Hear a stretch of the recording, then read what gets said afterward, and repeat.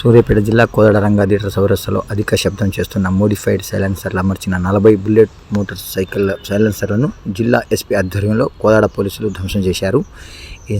ఈ సందర్భంగా జిల్లా ఎస్పీ నరసింహ మాట్లాడుతూ వాహనదారులకు నిబంధనలపై అవగాహన కల్పిస్తూ ట్రాఫిక్ నిబంధనలు ఉల్లంఘనలకు పాల్పడితే వారిపై కఠిన చర్యలు తీసుకోవడం జరుగుతుందని హెచ్చరించారు.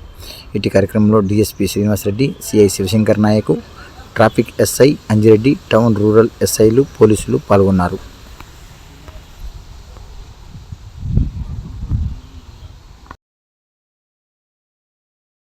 అతిపెద్ద సౌండ్ వచ్చి పట్టణంలో మనకు సౌండ్ పొల్యూషన్ కారణమవుతూ అదేవిధంగా వృద్ధులకు, మహిళలకు, చిన్నపిల్లలకు చాలా ఇబ్బందికరమైనటువంటి పరిస్థితులను కలుగజేస్తూ వాళ్ళ అనారోగ్యానికి కారణమవుతూ కొంతమంది వృద్ధులు ఈ సౌండ్ తోటి వాళ్ళకు తీవ్రమైనటువంటి అనారోగ్య సమస్యల బారిన పడడానికి అవకాశం ఉన్నటువంటి ఉద్దేశంతో అదేవిధంగా ఎన్విరాన్మెంటల్ పొల్యూషన్ అనేది కూడా టౌన్లో చాలా ఇంపార్టెంట్, దాన్ని అరికట్టాలనేటువంటి ఉద్దేశంతో ఈరోజు టౌన్లో ఒక స్పెషల్ డ్రైవ్ని కండక్ట్ చేయడం జరిగింది. ఎవరైతే ఈ పెద్ద వెహికల్స్, బుల్లెట్, 2 వీలర్స్ ఉంటాయో దానికి కృత్రిమంగా ఏర్పాటు చేసుకున్నటువంటి పెద్ద సైలెన్సర్లని వాటిని ఎంపీ యాక్ట్ ప్రకారం 190 సెక్షన్ 190 ప్రకారం వీటన్నిటి మీద చట్టరీత్యా చర్యలు తీసుకుంటూ అదేవిధంగా ఇదంతా కూడా మిగతా వాళ్ళకి కూడా పరిజ్ఞానం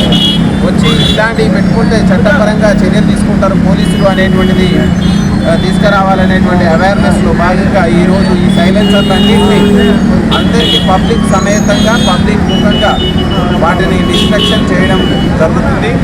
ఈ సందర్భంగా కోదాడ పట్టణ ప్రజలందరికీ, కోదాడ పరిసర ప్రాంత ప్రజలందరికీ కూడా పోలీసు వారి విజ్ఞప్తి ఏంటంటే ఎవరు కూడా ఆ వెహికల్ కూడా వచ్చినటువంటి సైలెన్సర్లని వాడాలి. అతి తక్కువ సౌండ్ పొల్యూషన్ కలిగించే సైలెన్సర్లని వాడాలి. మనకి 85 డెసిబుల్స్ కంటే ఎక్కువ సౌండ్ వచ్చిందని అంటే మన మానవాళి ఆరోగ్యానికి అది హానికరం చేస్తుంది.